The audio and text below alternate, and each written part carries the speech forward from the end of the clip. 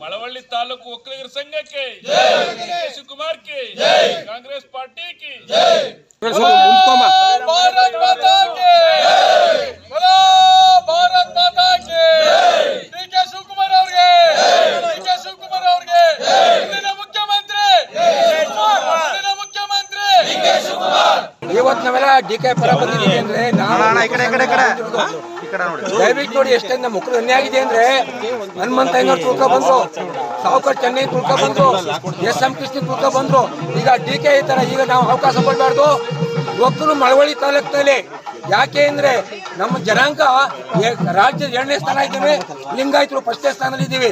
ನಾವು ಡಿ.ಕೆ. ಅವ್ರಿಗೆ ಒಂದು ಮಾತು ಹೇಳ್ತಾ ಇದ್ದೀನಿ ನಾನು, ನೀವು ಈ ಮೊನ್ನೆಯಿಂದ ಆಡಿದ ಮಾತು ಫಸ್ಟೇ ತಗೋಬೇಕಾಯ್ತು. ನೀವು ತಗೋಕ್ ಬಂದಿಲ್ಲ, ಈಗಲೂ ಹೇಳ್ತಾ ಇದ್ದೀನಿ, ಚಾಲೆಂಜ್ ತಗೊಳ್ಳಿ. ನೀವು ಚಾಲೆಂಜ್ ತಗೊಂಡ್ರೆ ಯಾವ ಸಿದ್ದರಾಮಯ್ಯ ಇಲ್ಲ, ರಾಹುಲ್ ಗಾಂಧಿ ಅಲ್ಲ. ನೀವು ಚಾಲೆಂಜ್ ತಗೊಂಡ್ರೆ ಒಂದು ಉದಾಹರಣೆ ಹೇಳ್ತೀನಿ, ಎಸ್.ಎಂ. ಪಾಸೇರು ಬಿಡ್ತಂದ್ರು, ತಮಿಳುನಾಡು ಅವರು ಬೇರೆ ಸರ್ಕಾರ ಬಂದು ನಮ್ಮ ಜನ ಮುಖ್ಯಮಂತ್ರಿ ಆಯ್ತಾರೆ ಅಂದ್ರು.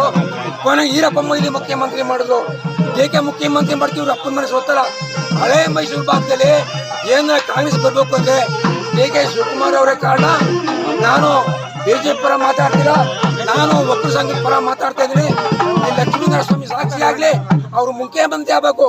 ಒಂದ್ ವೇಳೆ ಮುಖ್ಯಮಂತ್ರಿ ಆಗಿಲ್ಲ ಅಂದ್ರೆ ಅವರು ನಮ್ಮ ಬಿಜೆಪಿ ಬರ್ಲಿ, ನಾವು ಮುಖ್ಯಮಂತ್ರಿ ಮಾಡ್ತೀವಿ. ಆಗಲೇಬೇಕು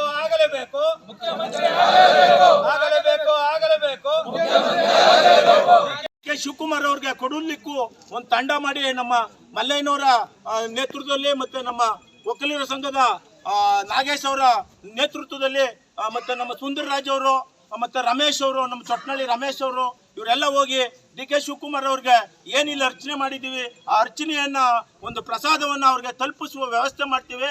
ಮುಂದಿನ ದಿನದಲ್ಲಿ ಡಿ.ಕೆ. ಶಿವಕುಮಾರ್ ಅವರು ಕರಾಖಂಡಿತವಾಗಿ ಮುಖ್ಯಮಂತ್ರಿ ಮಾಡಲೇಬೇಕು ಅಂತ ಹೇಳಿ ನಮ್ಮ ತಾಲೂಕು ಒಕ್ಕಲಿಗರ ಸಂಘ ಒತ್ತಾಯ ಮಾಡುತ್ತೆ.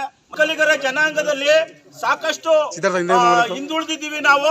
ಡಿ.ಕೆ. ಶಿವಕುಮಾರ್ ಇವರು ಎಸ್.ಎಂ. ಕೃಷ್ಣ ಅವ್ರು ಬಿಟ್ಟ ಮೇಲೆ ಬೇರೆಯವ್ರು ಯಾರು ಸಹ ಮುಖ್ಯಮಂತ್ರಿ ಆಗಿಲ್ಲ. ಡಿ.ಕೆ. ಶಿವಕುಮಾರ್ ಅವರು ಕಳೆದ 40-50 ವರ್ಷಗಳಿಂದ ಸಾಕಷ್ಟು ಈ ಮಳವಳ್ಳಿ ಇರ್ಬೋದು, ಇಡೀ ರಾಜ್ಯದಲ್ಲಿ ಇರ್ಬೋದು, ಅವರ ಶಕ್ತಿಯನ್ನ ಅವರು ಯಾವುದೇ ಪಕ್ಷ ಆಗ್ಲಿ, ಪಕ್ಷದ ವಿಚಾರ ಇಲ್ಲಿಲ್ಲ, ಅದು ದಳ ಆಗ್ಲಿ, ಕಾಂಗ್ರೆಸ್ ಆಗ್ಲಿ, ಬಿಜೆಪಿ ಆಗ್ಲಿ, ಪಕ್ಷಾತೀತವಾಗಿ ತಾಲೂಕು ಒಕ್ಕಲಿಗರ ಸಂಘ ಇಂದ್ಲಿಂದನೂ ಸಹ ಯಾರು ನಮ್ಮ ಜನಾಂಗದಲ್ಲಿ ಪ್ರಮುಖರಿದ್ದಾರೆ ಅವ್ರ ಪರವಾಗಿ ಇಂದ್ಲಿಂದನೂ ಮಾಡ್ಕೊಂಡು ಬಂದಿದ್ದೀವಿ. ಈಗ ಡಿ.ಕೆ. ಶಿವಕುಮಾರ್ ಅವ್ರದ್ದು ಸಾಕಷ್ಟು ಕೊಡುಗೆ ಇದೆ ಯಾವುದ್ರಲ್ಲಿ, ಈ ಕಾಂಗ್ರೆಸ್ ಪಕ್ಷಕ್ಕೆ. ಆದ್ರಿಂದ ಇವಾಗ ಕಾಂಗ್ರೆಸ್ ಪಕ್ಷ ಅಧಿಕಾರದಲ್ಲಿ ಇರೋದ್ರಿಂದ ಅವ್ರನ್ನ ಮುಂದಿನ ಮುಖ್ಯಮಂತ್ರಿಯಾಗಿ ಮಾಡಬೇಕು.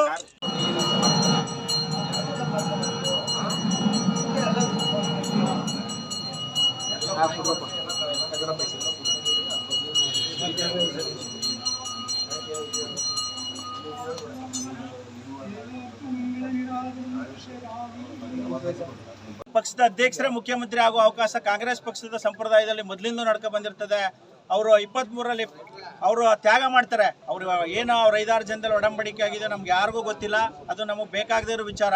ಅವತ್ತು ಡಿ.ಕೆ. ಶಿವಕುಮಾರ್ ಅವರು 23ರಲ್ಲಿ ಕೇಳಿದಂಥ ಸಂದರ್ಭದಲ್ಲಿ ನನಗೆ ಪೆನ್ನು ಪೇಪರ್ ಕೊಡಿ ಅಂದಾಗ ಒಕ್ಕಲಿಗರು ಮುಖ್ಯಮಂತ್ರಿ ಡಿ.ಕೆ. ಶಿವಕುಮಾರ್ ಅವರು ಆಯ್ತಾರೆ ಅಂತೇಳಿ ಜಾತ್ಯತೀತ ಜನತಾದಳ ಇರಲಿ, ಬಿಜೆಪಿಯವರು ಇರಲಿ, ಕಾಂಗ್ರೆಸ್ ಕಾರ್ಯಕರ್ತರು ಇರಲಿ ಅತಿ ಹೆಚ್ಚು ಹುಮ್ಮಸ್ಸು ಉರುಪಿನಿಂದ ಕೆಲಸ ಮಾಡಿದ ಪ್ರತಿಫಲವೇ ಇವತ್ತು ರಾಜ್ಯದಲ್ಲಿ 140 ಸೀಟು ಏನು ತಲುಪಿದೆ. ಅದಕ್ಕೆ ಕಾರಣ ಡಿ.ಕೆ. ಶಿವಕುಮಾರ್ ಸಾಹೇಬರು. ನಾವು ಈ ತಮ್ಮ ಮೂಲಕ ಲಕ್ಷ್ಮೀ ನರಸಿಂಹಸ್ವಾಮಿ ಮೂಲಕ ನಾವು ತಮ್ಮಲ್ಲಿ ಒತ್ತಾಯ ಮಾಡೋದು ಏನಂದ್ರೆ ಹೈಕಮಾಂಡ್ನ ಡಿ.ಕೆ. ಶಿವಕುಮಾರ್ ಸಾಹೇಬ್ರಿಗೆ ಇದು ಸುಸಂದರ್ಭ, ನೀವು ಅವ್ರನ್ನ ಮುಖ್ಯಮಂತ್ರಿ ಮಾಡಿದ್ರೆ 28ಕ್ಕೆ ರಾಜ್ಯದಲ್ಲಿ ಮತ್ತು 29ಕ್ಕೆ ಕೇಂದ್ರದಲ್ಲಿ ನಡೆಯತಕ್ಕಂಥ ಚುನಾವಣೆಗೆ ಅವರಿಂದ ಸಹಕಾರಿಯಾಗ್ತದೆ.